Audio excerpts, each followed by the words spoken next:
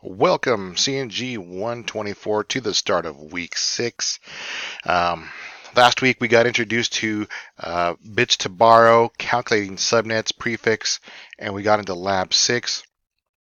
This week, 23, yep, we are looking at two chapters, the data link chapter and then the Ethernet chapter, um, which kind of go into our OSI layers as we look, and we're going to specifically look at the LLC and the MAC sublayers of the data link layers. Um, so when we look at that from the OSI model, we see that there are even layers. There's actually, I wouldn't say layers between layers, layers built into layers because we're taking the software side, which is the LLC, and seeing how it interacts with the physical side, the MAC sublayers.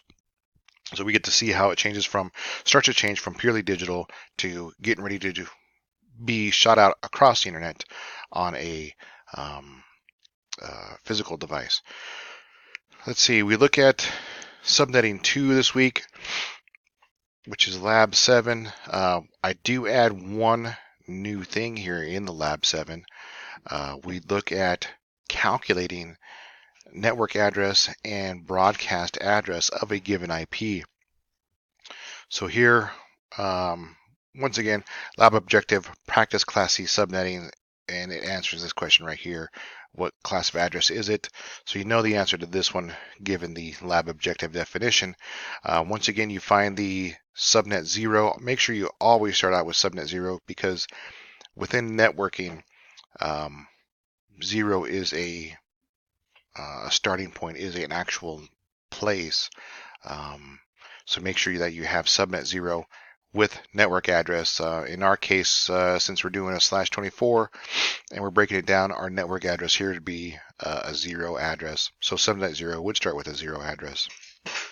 Then I give you this address here, 195.488.212, which is within our network here, but we need to find the network address and broadcast address. So now here's a little bit different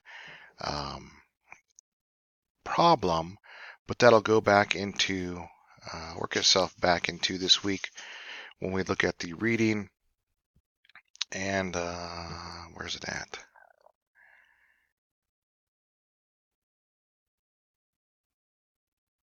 I guess it was in last week's.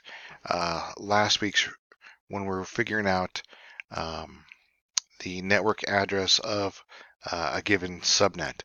So to make sure to reflect back and look at last week's material with this, make sure to practice, keep on practicing. Remember, it's going to help you out. I think our lab's coming up in week, where is it? Or our test. So our test isn't till week 10, and I believe that's our first test.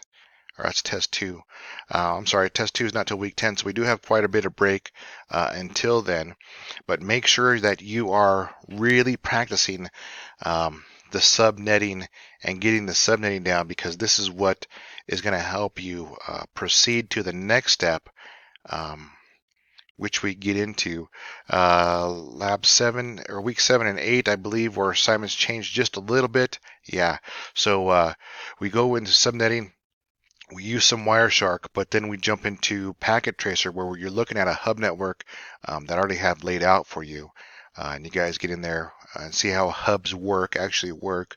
And then in week 8, you see how a switch works on a pre-built switch network I have.